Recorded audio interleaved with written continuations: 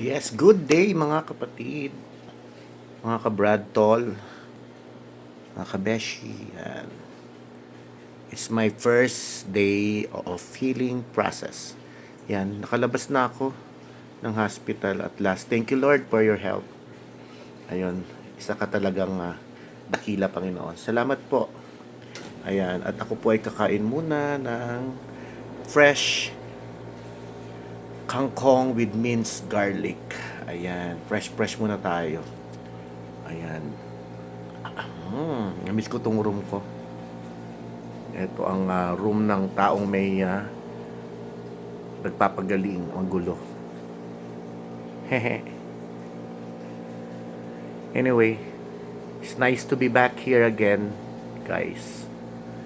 Hope to catch you again every day para sa aking pagpapagaling. Love you guys.